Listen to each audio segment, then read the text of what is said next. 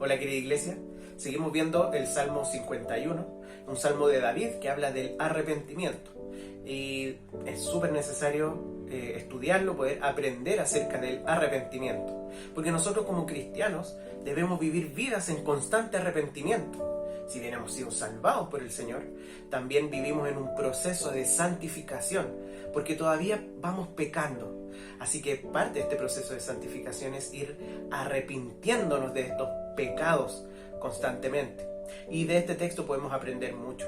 Veíamos o el contexto en el que ya estamos, hoy día vamos a leer el versículo 4, David se está arrepintiendo, pero está en una parte donde él está confesando su pecado. En el versículo pasado que vimos la semana pasada, él dice: mi pecado está siempre delante de mí. Él no solo está confesando su propio pecado o el pecado específico, sino que su condición pecadora.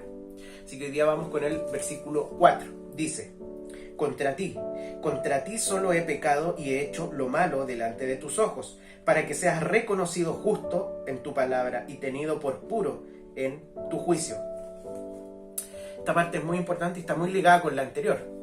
Él está confesando entonces su condición, su pecado, y él dice que ese pecado fue contra Dios, solamente contra Dios. Pero ¿cómo uno puede decir si él pecó contra otras personas? Pero él está expresando básicamente que todo pecado, que su pecado, aunque fue en contra o pecó contra otras personas, principalmente su pecado fue contra Dios. Porque la verdad es que todo pecado es contra Dios. Y no solo eso, sino que todo pecado es principalmente contra Dios. Por lo tanto, debemos ir en arrepentimiento, pedir perdón y declarar: Señor, yo he pecado contra ti. Tú eres el principal ofendido con mi pecado, porque solo Dios es santo, santo, santo. Y esto es muy importante, sobre todo por la parte que viene. Él dice que he hecho lo malo delante de tus ojos. Y esta frase, que puede pasar como muy desapercibida, como muy parecida a lo que vimos recién, como bien poético, ¿cierto?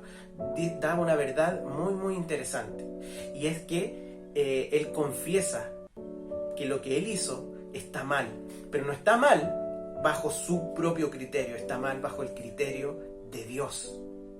Y lo que él está haciendo es decir: Señor, lo que tú dices que está mal, entonces yo también confieso que eso está mal. Básicamente esa es la definición de confesión. Confesión no es simplemente decir algo con la boca, que muchas veces así lo entendemos. Cuando confesamos un pecado, simplemente ya así yo lo hice. No, cuando hablamos de confesión de pecados en términos bíblicos, quiere decir yo me adhiero a lo que Dios piensa con respecto a eso que yo hice. Yo declaro eso que yo hice como pecado, como algo malo, porque Dios dice que está mal. Nos adherimos a los criterios de Dios frente a las cosas que hacemos. Lo que yo hice está mal porque el Señor dice que está mal, pero a la vez yo reconozco entonces y me sumo a esa opinión, más que opinión, a ese criterio, a ese dictamen que Dios hace, porque Él es el único justo, Él es el único santo, y solamente Él dictamina lo que es el pecado. Y tantas veces nosotros ocupamos nuestros propios criterios para definir si algo es pecado o no.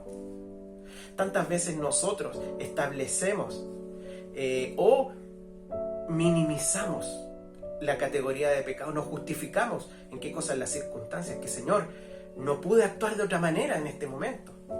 Es que Señor, tú no sabes lo que me hizo esta persona, por eso lo hice. Sí, confieso que lo hice, pero lo hice por esto, pero lo hice por esto otro, pero lo hice por mi estado de ánimo, pero tú sabes, Señor, en la situación en la que yo estaba, por eso lo hice. Y más que una confesión de pecado y un arrepentimiento, parece una justificación de lo que nosotros acabamos de hacer. Sin embargo, vemos a David que él llega entregado y él dice: Señor, lo que yo hice está mal, está horrible, no importa las circunstancias. Porque ¿saben qué? El pecado sigue siendo pecado, no importa las circunstancias. El adulterio sigue siendo pecado, no importa lo que tu cónyuge te haya hecho o no haya hecho. Robar sigue siendo pecado, no importa cuán tacaño es aquel a quien le robaste o cuánta plata tenga a quien le robaste.